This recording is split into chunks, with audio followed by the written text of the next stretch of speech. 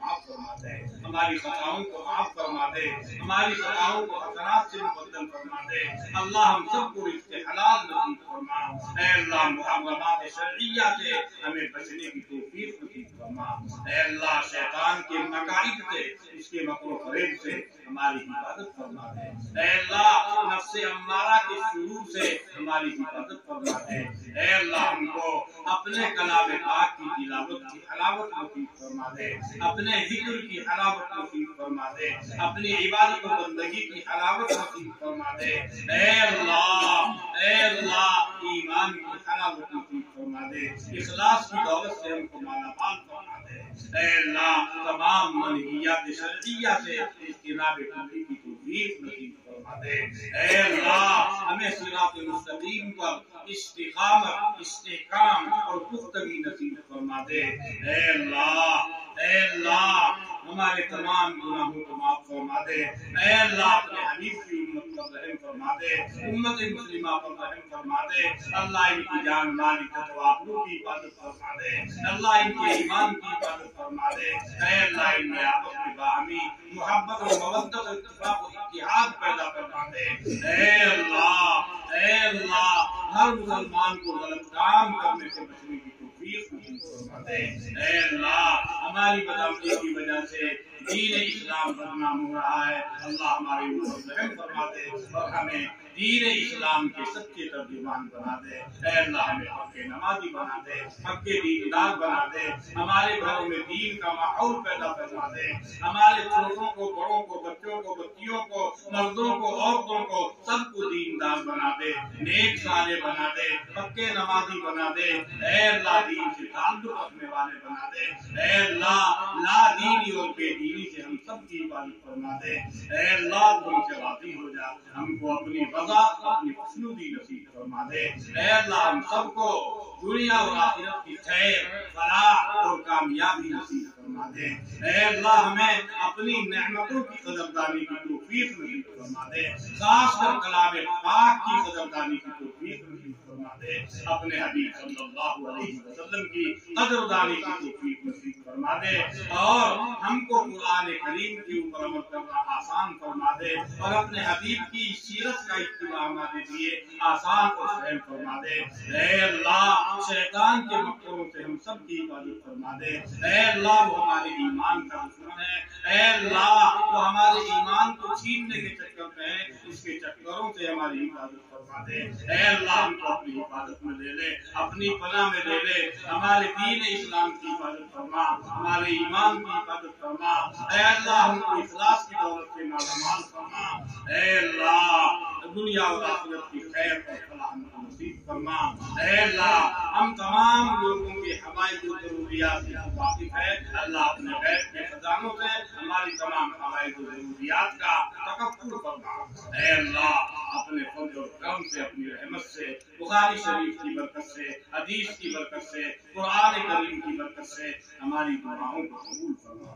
ربنا تقبل منا انك انت السميع العليم وتب علينا انك انت التواب الرحيم سبحان ربك رب العزة عما يصفون وسلام على المرسلين والحمد لله